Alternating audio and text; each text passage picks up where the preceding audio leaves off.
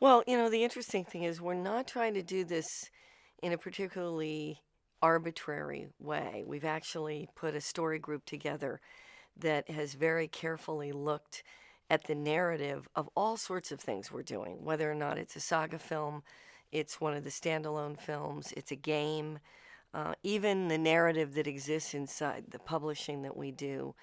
We talk about all of it as a kind of connective piece so that we have a very, very clear idea of what these stories are, and not to set them up as sequels, but to have them inform those other stories, either in terms of a sense of place, the politics, where it falls within the mythological structure that George created.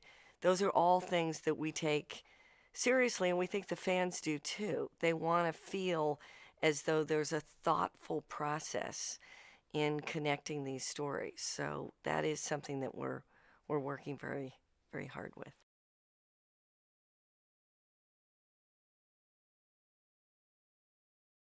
So Rogue One is really the story of a group of rebel fighters who go in to the most impenetrable landscape of the Death Star to steal the Death Star plans.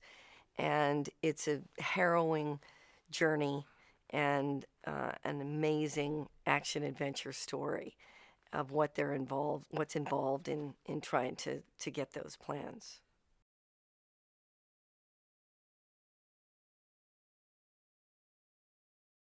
I think in large part, he not only loved the story and was a huge Star Wars fan, but he immediately saw the opportunity to stylistically approach the story in a way that you haven't really seen with Star Wars movies. And that's part of what we're also looking for, are directors and different talent that grew up on Star Wars and can come into the fold and offer opportunities to explore very different ways to tell these stories and yet still have them be Star Wars movies.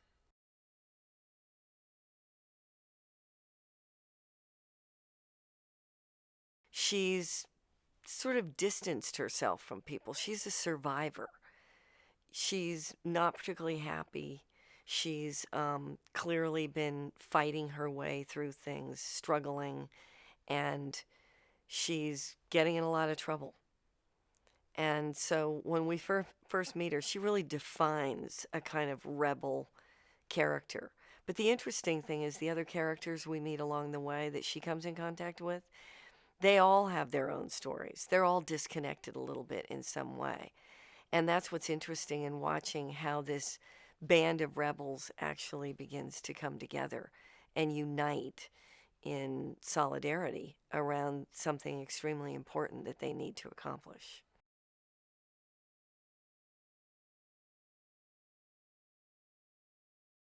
There's also a lot of humor in the fact that K2SO is a reprogrammed Empire droid, and the fact that all the rebels that interact with him are a little nervous about the fact that this is an enemy droid, and they're just being told by somebody they don't even know that well, Cassian, that, oh, don't worry, he's fine, nothing to worry about. Yeah, he used to work for the enemy, but he doesn't anymore. So you can imagine as all these different disparate soldiers begin to come together and they feel they need to trust and rely on K2SO, they're all, questioning that a little bit. But it turns out that he is a great rebel droid.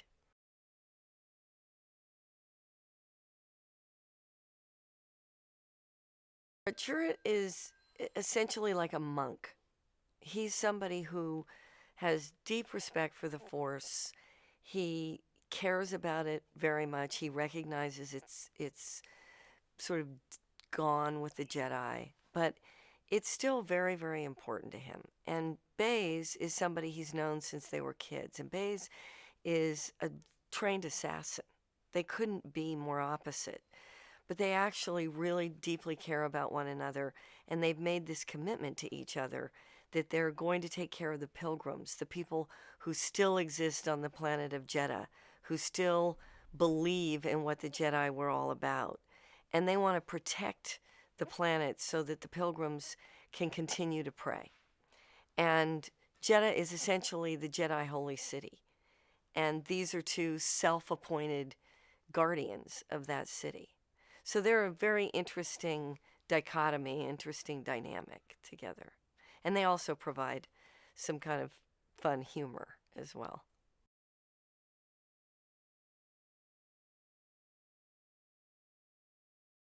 There's no question that the people who come and work with us on Star Wars have a real understanding and they care about it greatly and they want to share it with their families. That's part of the power of Star Wars, is that ability to take something that meant so much to you as you were growing up, and it's still around. It's still something being explored, new stories are being told, and the idea that you can share that with members of your family, share that with your friends, it really brings back that great feeling of being able to go into the cinema and watch a movie where there's such a cross section of people who all are really just having a fantastic good time.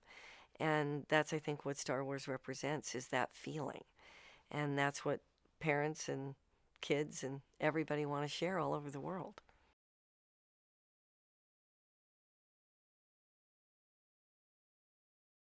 You know, the more we look into creating these fantastic female stars inside of Star Wars, which really carry on from a tradition that George Lucas created when he put the feisty Princess Leia in New Hope, and then that carried on for 3 movies. I think she's a real touchstone, certainly was then and continues to be, with the casting of Daisy Ridley as Rey in episode 7, Force Awakens.